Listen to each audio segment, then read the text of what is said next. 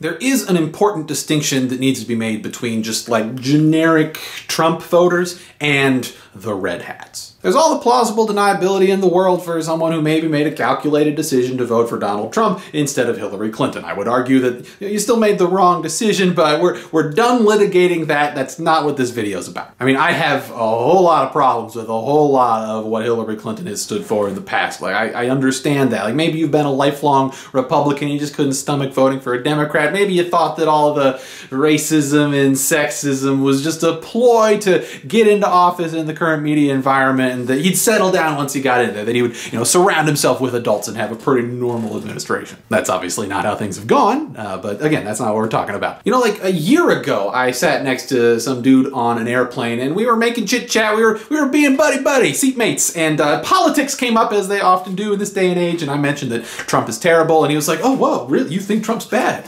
Oh, we've been really broing down, and that threw him for a loop. I don't think he knew many people who didn't like the president. I hope you can infer this, but I feel the need to spell out for you that I did not just turn on a dime right there and start staring him down for the rest of the flight. No, he was a nice guy. He wasn't actively bullying anyone on the plane, and I was able to communicate with him, raise his consciousness a little bit, explain how, the economy, yes, was doing well for the wealthiest Americans, but the majority of Americans were still being left out. There's only so much you can do talking to someone for 20 or 30 minutes, but I definitely think that I planted a seed of doubt in his mind about how good Trump is. I know that that can be effective. I know that that is the most effective way to engage with most people who cast a vote for Trump last time. But there is a world of difference between someone like that and someone who makes a conscious decision to wear in public the modern equivalent of a Klan hood. That's what the MAGA hat has become. Maybe it didn't always mean that. I mean, I think to many of the people who wear it, it has always meant that, but any amount of plausible deniability ran out on August 12th, 2017. That was the date of the Unite the Right rally in Charlottesville, Virginia, where Heather Heyer, her name was Heather Heyer, and she was killed by alt-right, white nationalist fascists. And the president couldn't repudiate them. He called them very fine people. There's a great documentary. I know it's available on Netflix. You can probably find it, in other places, but it's called Alt-Right Age of Rage. If you haven't seen it, I really recommend checking it out. It'll provide just more context for what went down that day and, before and after. That is the day where in the public consciousness, the idea of Donald Trump and white nationalism became intertwined undeniably. Donald Trump still has not condemned what happened that day. He still can't bring himself to condemn any amount of white nationalism anywhere, because that's his base. Because those are the people who wear MAGA hats. But it's not just Charlottesville. Last month, the New York Times published an article reporting that there are thousands more families who have been separated from their children at the United States southern border than was initially reported. There are still thousands of families who have been separated from their children because of this president's racist immigration policies. If you wear around a symbol of support for this president in public, you are actively wearing around a symbol of racism. There's no difference. This is not normal, and just because he's a political candidate, just because he's the president, doesn't make it normal to wear a symbol representing his racism. We cannot give fascists a free pass just because they have co-opted the executive branch. Like, I would never stare down on an airplane someone who walked on with like a Romney 2012 hat. I would think to myself privately that that was a very silly hat to wear, but that's not a symbol of racism. Mitt Romney is problematic in many ways, but I genuinely do not believe that he is like actively racist. Ignorant, sure, which often in practice isn't a whole lot better, but that's not what we're talking about. Do not let them gaslight you. The MAGA hat is not just any old campaign symbol. It is inherently intertwined in the public consciousness with what happened in Charlottesville, with what has happened at our southern border. It is the modern equivalent of a Ku Klux Klan hood. The same people who once did and probably still do wear Klan hoods wear that hat. To them, it means the same thing. In your heart, you know that that is true. Anyone who wakes up in the morning knowing that they're going to travel that day, go through international airports and be exposed to, thousands of people from all sorts of different cultures, from all sorts of, marginalized groups. Anyone who chooses to wear that racist symbol is actively bullying, actively trying to make sure that anyone they walk past who doesn't think just like them, who doesn't belong to the exact same groups that they do, make them feel unwelcome, make them feel nervous, trigger them about traumas that they might have experienced. That is bullying, and standing up to bullying is not bullying. But Dan, you're only gonna make him cling to his beliefs more. It's not about what he thinks or what he believes. It's about standing up to bullying when you see it. I mean, do you really think the way to beat fascism is by winning over the fascists? Are you kidding? You defeat fascism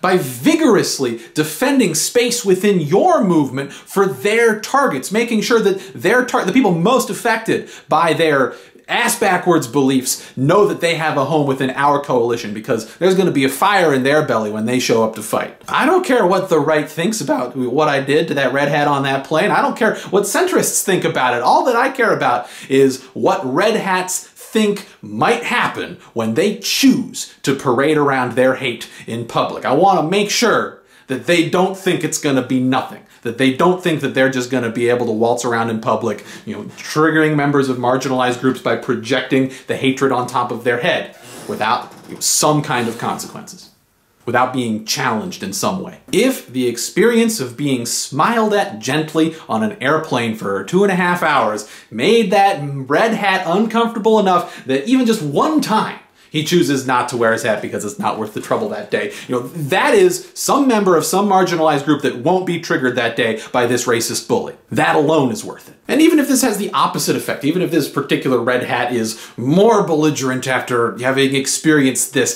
that's part of the strat too. Part of the strat is triggering the red hats into overplaying their hands and alienating, the public generally. Now, my last video got a really strong negative reaction from a lot of people who I'm sure conceive of themselves as centrists. A lot of comments were something like, I'm against Trump too, but I think what you did crossed the line. I don't want to paint with too broad of a brush, but for many of these centrists, I think it's kind of a projection of guilt about a lack of direct action that they might be taking. Part of the appeal of centrism is that you never really have to decide anything. You never really have to stand up for anything. It's kind of a, get out of changing the world in any particular direction free card. I'm just gonna criticize anyone who feels strongly about anything. That way I don't have to feel strongly about anything. I mean, I'm not saying that I did this perfectly. Like, part of why I shared as much as I did about what I did is because I wanted to be real with you. And at first, honestly, I was really hopping mad that this guy would have the gall to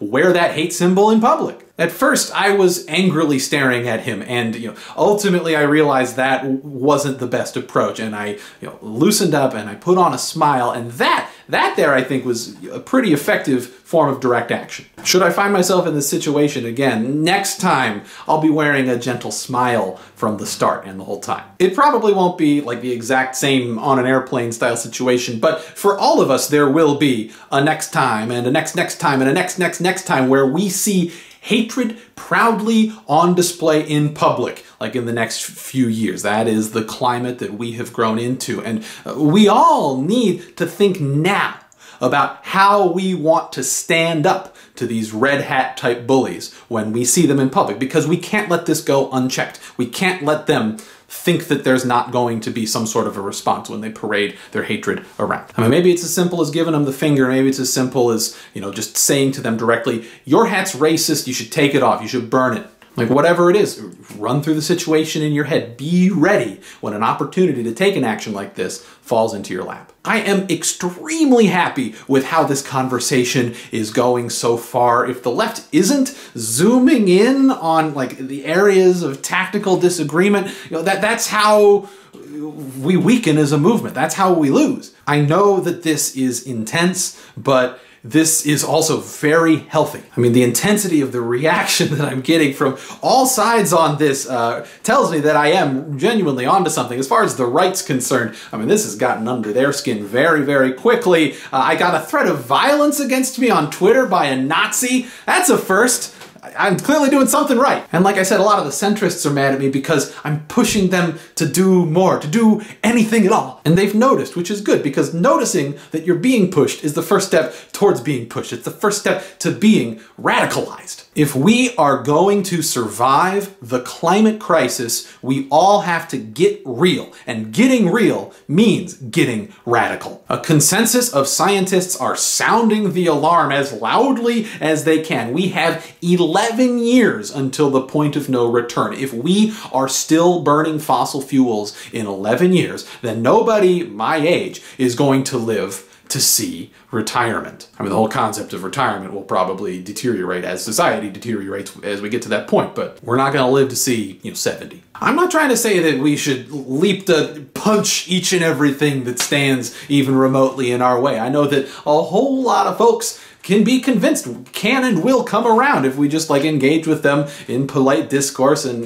impress upon them, raise their consciousnesses about what the stakes are as it relates to our climate. But when it comes to bullies, each and every one of you needs to join me in standing up to the bullies that stand in our way. And I will never apologize for standing up to racist, red hat bullies.